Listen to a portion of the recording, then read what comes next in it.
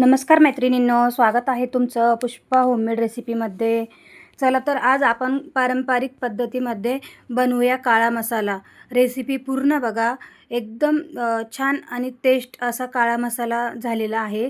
Recipe पूर्ण बघा. आवडल्यास चॅनलला सबस्क्राईब करायला विसरू नका. छान अशी कमेंट्स करा. चला तर मग आपण सुरुवात करूया. एकदम पारंपरिक पद्धतीमध्ये मी इथे चुलीवरती मसाला भाजून घेतलेला आहे. त्यानंतर मी इथे 1 किलोचं पाकीट आणलेलं होतं. 1 किलोच्या पाकिटामध्ये एवढे सगळे मसाले माझे परफेक्ट असं मापामध्ये आहे. त्यानंतर मी इथे घेतलेले आहे पावशेर कांद्याची किलसणी, 1 किलो खोबरं, 1 किलो धने आणि मी 1.5 किलो मिरची घेतलेली आहे. तर आता आपण मसाला भाजून घेऊया. मसाला भाजण्यासाठी मी इथे थोडं तेलाचा वापर करणार आहे. तर सर्वात आधी मी इथे थोडे तेल टाकून घेतलेले आहे आणि सर्व असे एक करून मी सर्व वस्तू भाजून घेणार आहे. तर इथे मी हिंग टाकलेला आहे. हिंग खूप छान असा तेलात टाकल्याबरोबर फुलतो. तर मी इथे हिंग तळून घेतलेला आहे. त्यानंतर बाकीच्या सर्व वस्तू मी तळून घेणार आहे आणि आपल्याला कोणत्या वस्तू तळायच्या नाहीत हे देखील मी या व्हिडिओमध्ये तुम्हाला सांगणार आहे. चला तर आपण आता पूर्ण रेसिपी बघूया. त्यानंतर आपण बडीशोपही भाजून घेऊया.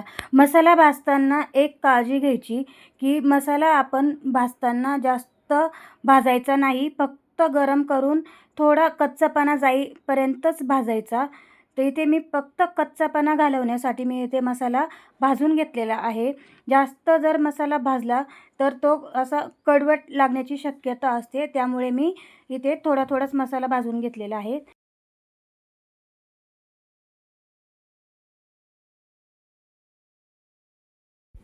खसखस पण भाजून घ्यायची. तर मी इथे फक्त गरम करून घेणार आहे खसखस.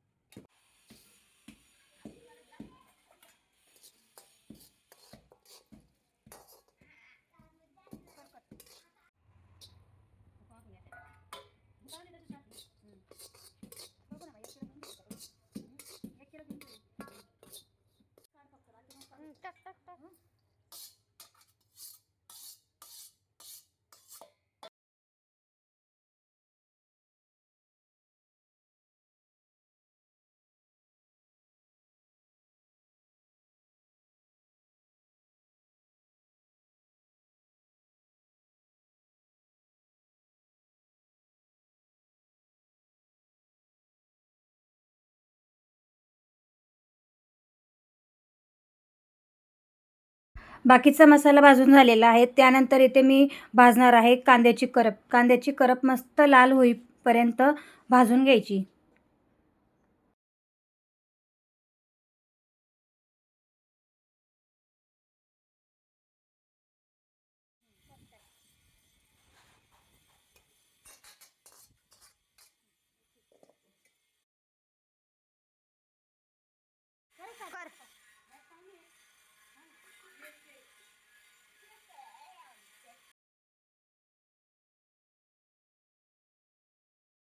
मी 1 किलो धने घेतलेले आहे. 1 किलो धने पूर्ण भाजून घ्यायचे.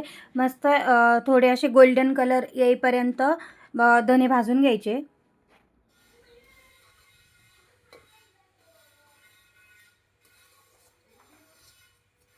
तर इथे बऱ्यापैकी आपला मसाला भाजून झालेला आहे.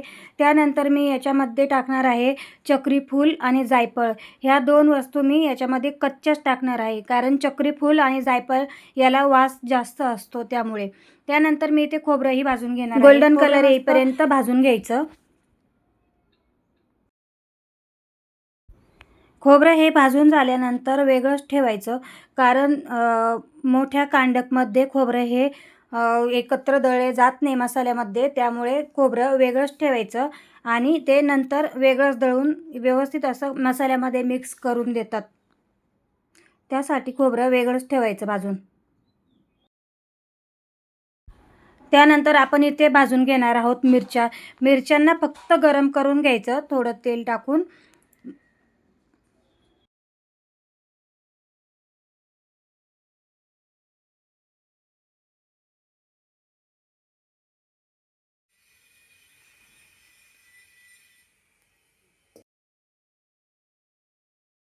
तर इथे माझा सर्व मसाला भाजून झालेला आहे.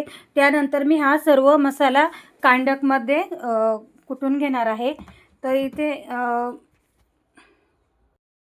तर इथे तुम्ही बघू शकता आपण कांडकमध्ये मसाला कुटून घेणार आहोत. तर इथे माझा नंबर लागलेला आहे आणि खूप छान असा मसाला तयार होणार आहे आपला. तर इथे मशीन चालू झालेलं आहे. तर इथे आपला छान असा मसाला तयार झालेला आहे. कलरही खूप छान आलेला आहे. तर इथे मी घरी आणल्यानंतर मी थोडा वेळ मोकळा करून ठेवलेला आहे. इथे मसाल्यासोबत आपण लाल मिरचीही बनवून घेतलेली आहेत. तर तुम्हाला ही रेसिपी कशी वाटली कमेंट्समध्ये नक्की सांगा. नवीन असाल तर चॅनलला सबस्क्राईब करायला विसरू नका आणि आपल्या मसाल्याला कलर कसा आलेला आहे हे कमेंट्समध्ये नक्की सांगा. चॅनलला सबस्क्राईब करायला विसरू नका.